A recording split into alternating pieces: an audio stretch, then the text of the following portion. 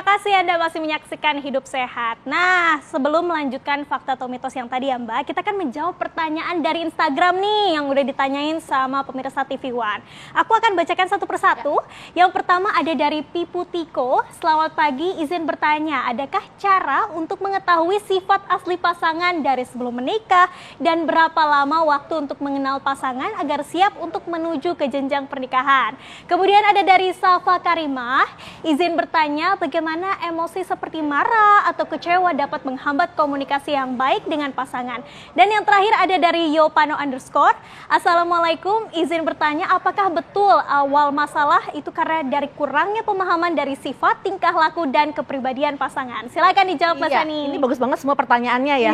Kayaknya bisa 1 jam kalau dibahas semuanya. Intinya adalah kita memahami pasangan melalui komunikasi yang intens. Kalau ditanya berapa sih lamanya, sebenarnya more or less itu 1 tahun supaya kita tahu sebenarnya sifat aslinya begitu. Tapi memang harus juga dengan komunikasi intens.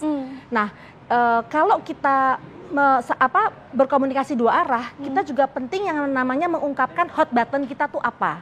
Hot button itu adalah satu tombol panas. Kalau kita dipencet tuh kita marah.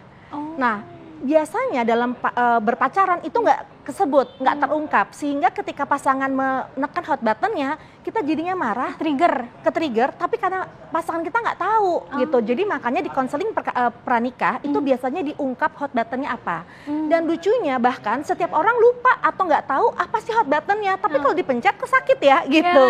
Misalnya hot button kalau pasangan membicarakan pacar kita di masa lalu gitu, misalnya mantan gitu ya.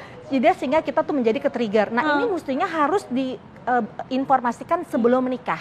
Sehingga kita menghormati hot button pasangan dan tidak memencet dengan sengaja si trigger masalah tersebut. Karena ini yang menjadi salah satu penyebab masalah dari hot button yang tidak diketahui dan dipencet oleh pasangan karena tidak tahu.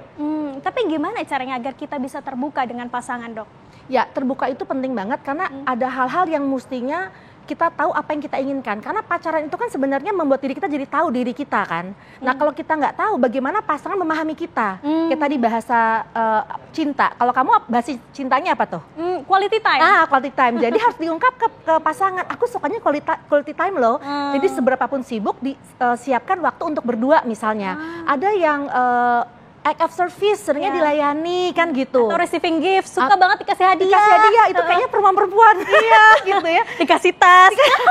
Nah, betul. Jadi kalau kita tahu apa yang kita inginkan, kita bisa ungkapkan dan kita bisa kompromi. Karena pada akhirnya bukan ego yang berbicara, tapi kompromi karena menghargai masing-masing pasangan begitu.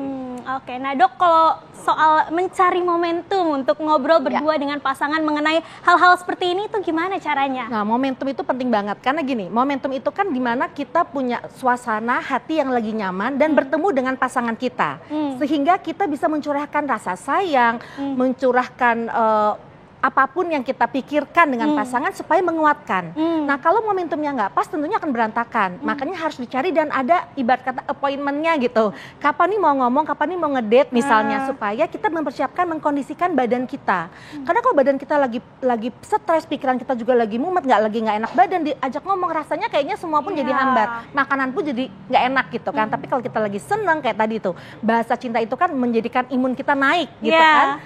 Pelukan dan sebagainya itu bisa membuat kita menjadi lebih nyaman dalam berpasangan. Makanya gini, momentum itu harus dikompromikan juga. Tadi balik-balik lagi, apa yang kamu suka, apa yang saya suka. Bukan melulu apa yang salah satu pasangan suka. Itu namanya egois gitu. Jadi dipertemukan dan dicari mana yang paling enak dalam berdiskusi berdua tadi begitu. Oke, nah Dok, terakhir nih Mbak Sani, ini ada tips untuk pasangan yang mungkin lagi nonton hari ini gimana sih agar komunikasinya sehat, langgeng, silakan. Iya, yang terutama kalau menurut saya adalah menghargai. Pasangan itu kalau nggak menghargai satu sama lain, bahasanya udah aja nyelekit, nyakitin, verbal abuse gitu ya.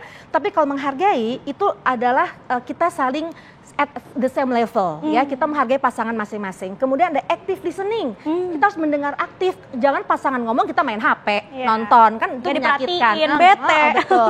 Terus yang terpenting kontrol emosi juga, kita harus meregulasi emosi kita, jangan sampai jadi marah-marah ujungnya.